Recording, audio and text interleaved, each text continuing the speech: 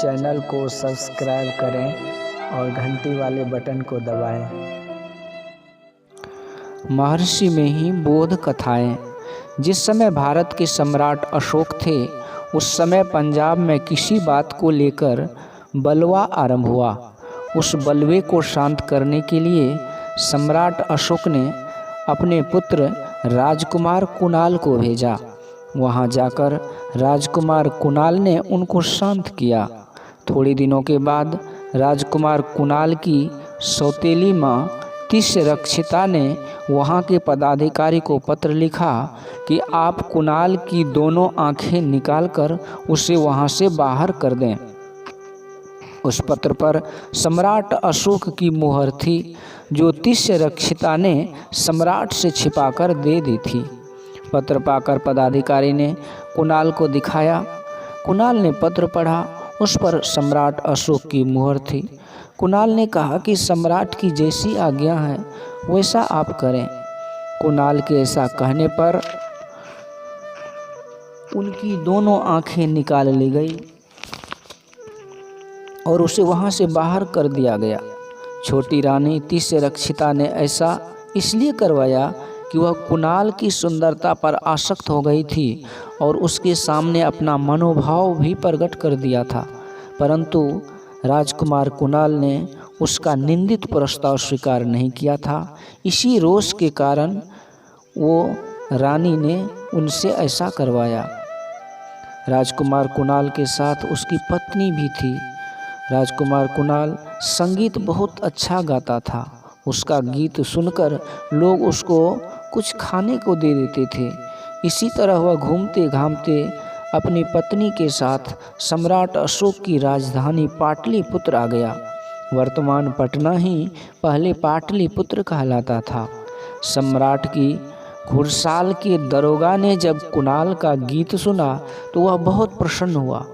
उसने कुणाल से कहा कि तुम मेरे पास रहो, इधर उधर कहाँ भटकोगे।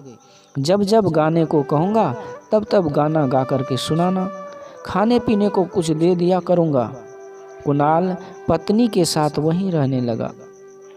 एक दिन रात के समय कुणाल भजन गा रहा था। सम्राट अशोक को उस रात किसी कारणवश नींद नहीं आ रही थी। वे बेचैनी की हालत में अपने महल की छत पर टहल रहे थे। जब राजकुमार कुणाल का गीत सुरीले स्वर में सुना तो उन्हें बड़ी शांति मिली। उन्हें लगा कि यह हमारे पुत्र राजकुमार कुणाल की आवाज़ है। सवेरे पता लगाने पर मालूम हुआ कि घोड़े के दरोगा के घर कोई गीत गा रहा था। सम्राट अशोक ने दरोगा के द्वारा गीत गाने वाले को बुलवाया। कुणाल जब उसके सामने आया तो उन्होंने उसे पहचान लिया और बोल उठे, कुणाल। कुणाल ने भी अपने पिता की आवाज़ पहचान ली और बोला, हाँ पिताजी, मैं कुणाल ही हूँ। अशोक की आंखें भर आई। सम्राट अशोक की आंखें भर आई, आंखों में आंसू भर आए। उन्होंने रुंधे कंठ से पूछा, पुत्र, किसने तुम्हारी ऐसी दुर्दशा की है। कुणाल ने कहा, पिताजी, आपके ही आदेश पर तो मेरी यह दशा हो गई है की गई है। यह कहकर कुणाल भी रोने लगा। कुणाल ने रानी द्वारा भेजा गया पत्र निकाल कर दिखाया। सम्राट अशोक ने देखा कि पत्र पर उनकी मुहर थी, परंतु लिखावट रानी की थी, छोटी रानी की।